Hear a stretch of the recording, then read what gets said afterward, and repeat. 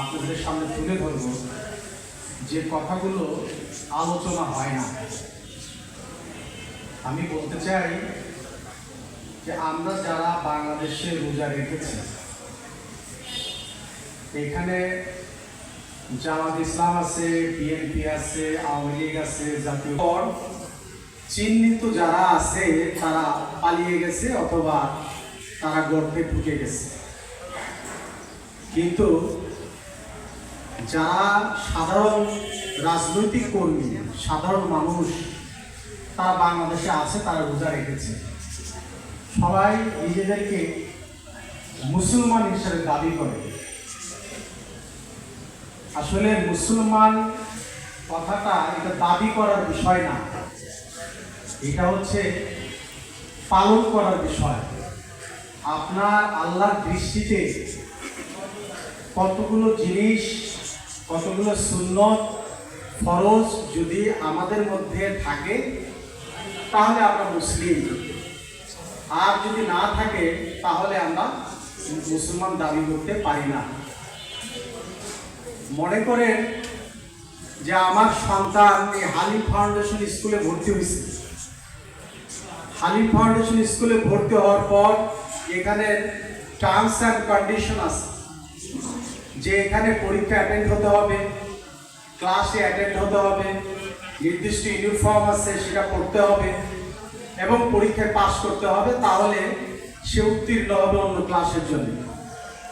ঠিক তেমনি আল্লাহ তাআলা আমাদেরকে কিছু বিধিবিধান দিয়েছেন, যে বিধিবিধান পালন করার মাধ্যমে আমরা মুসলিম হিসাবে দাবি করতে পারি।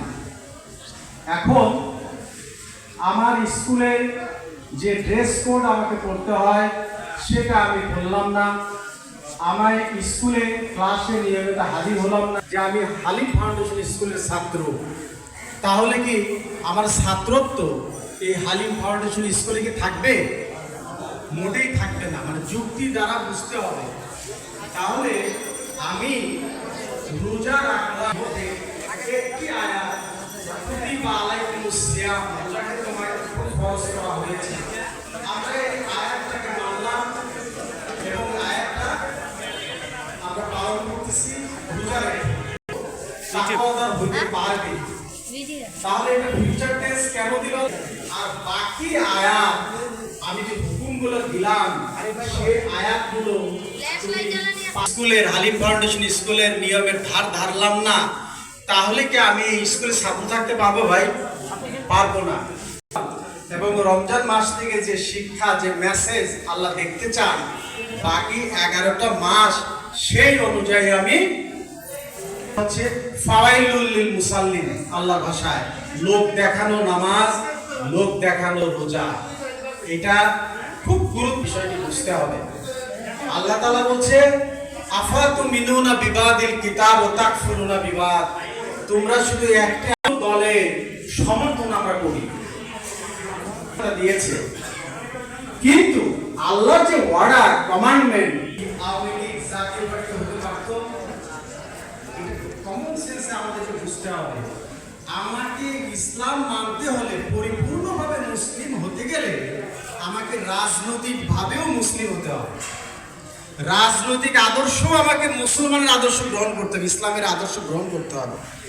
আমরা কিন্তু সব কিছু আলোচনা করি, কিন্তু এই রাজভার যদি থেকে থাকে সেই থেকে কি সে তওবা ইস্তেগফার করতে পারবে? সিয়ামের আরেকটা অর্থই হচ্ছে পরিত্যাগ করা, বর্জন করা। কোন জিনিস বর্জন করা?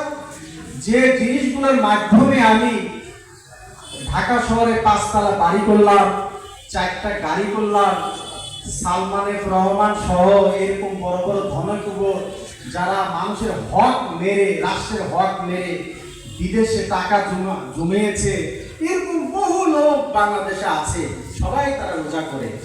কিন্তু এই রোজার যে হাকিকত, যে আমি আমার খারাপ জিনিসগুলো আমি বর্জন করতে পারলাম কিনা, যেগুলো আল্লাহর নাফরমানি কাজ সেগুলো বর্জন করতে পারলাম।